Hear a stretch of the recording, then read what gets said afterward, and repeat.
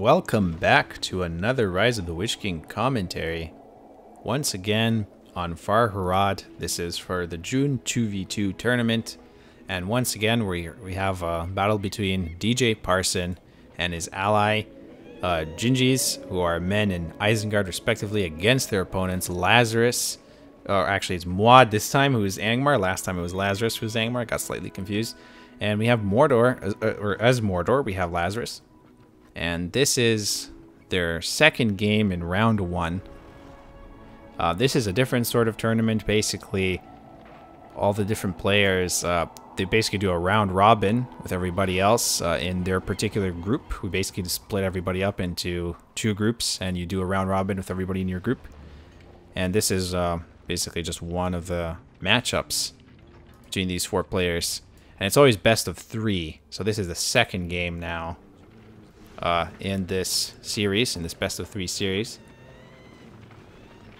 And if hopefully you've already seen the previous game that I cast. If you haven't, you should watch that first.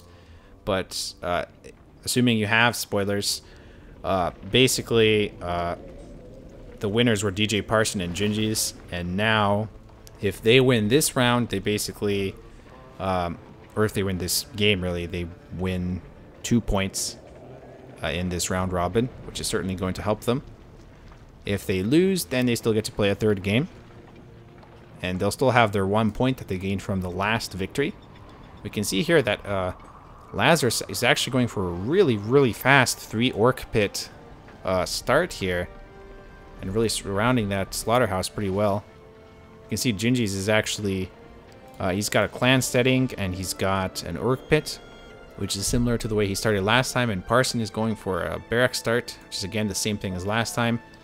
And now we have 3 different players at this outpost. You can bet somebody's going to try to destroy it. And yep, we do have that. And over here, Angmar, we have Muadd, who's going for Hall of the King's Men, and then Troll and Wolf Den as his second building. And I'm sure we're going to see interesting results.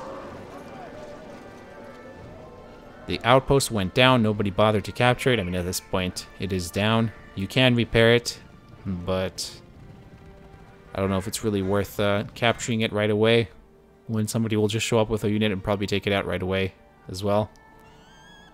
We have a dire wolf pack. An odd choice, considering his opponent is men, and inevitably spamming gunner soldiers. And okay, the occasional Rohan spearmen, but also lots of gunner soldiers, and direwolves are good against pikes, not swords.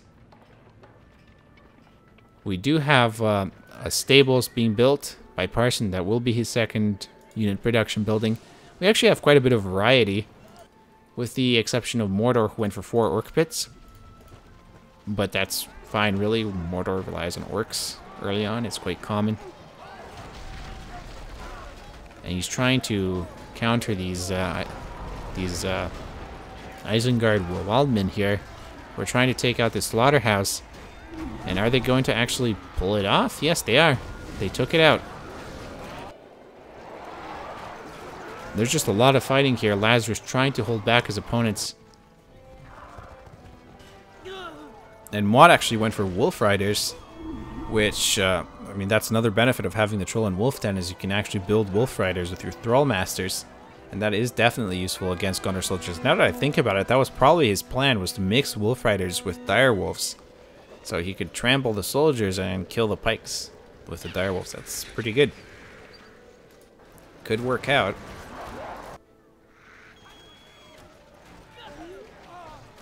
And just more fighting as everybody tries to harass a bit, but Parson now with 2 Gondor Knights.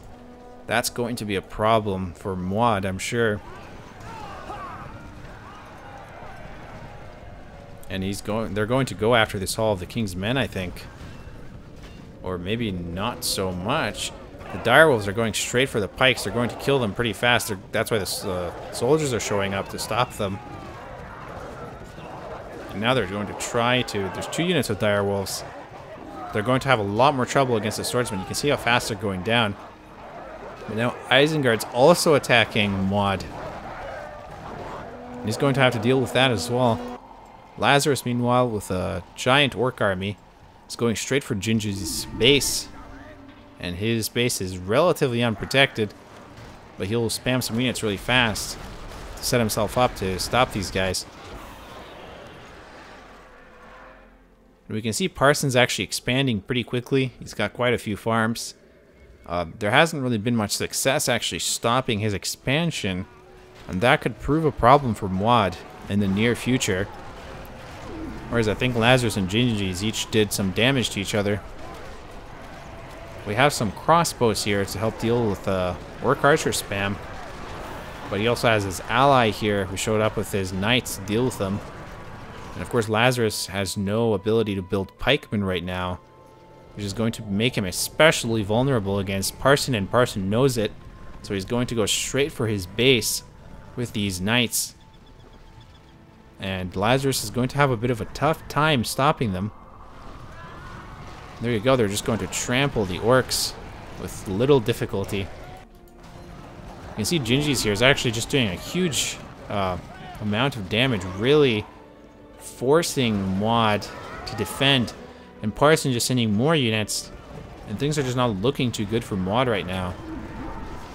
Having to deal with all this while his opponent's expanding like crazy. Even Djinges now is managing to expand as he's pushing into his opponent's base, and these knights continue to be a problem. Lazarus lost the builder there, and I guess that's it. At this point, the players on the bottom decided, well, we're going to lose because their opponents essentially had an advantage all over the map. So I guess it's one of those situations where you run out of morale and you go, okay, well, let's just end it.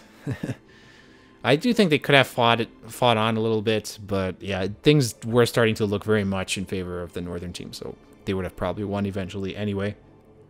And yeah, that was it for the second game. So that means that Djinges and DJParson get 2 points for winning that particular match.